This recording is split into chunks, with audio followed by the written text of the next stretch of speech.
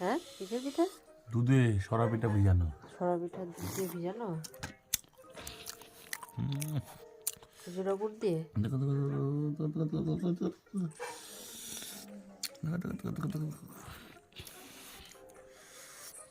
এটা কি?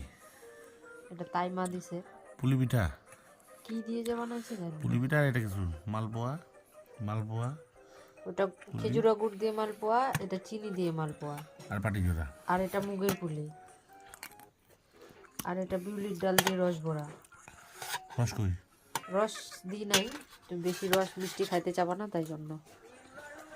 আর ওটা পাটি সাপটা। ভালো হয় না ওটা।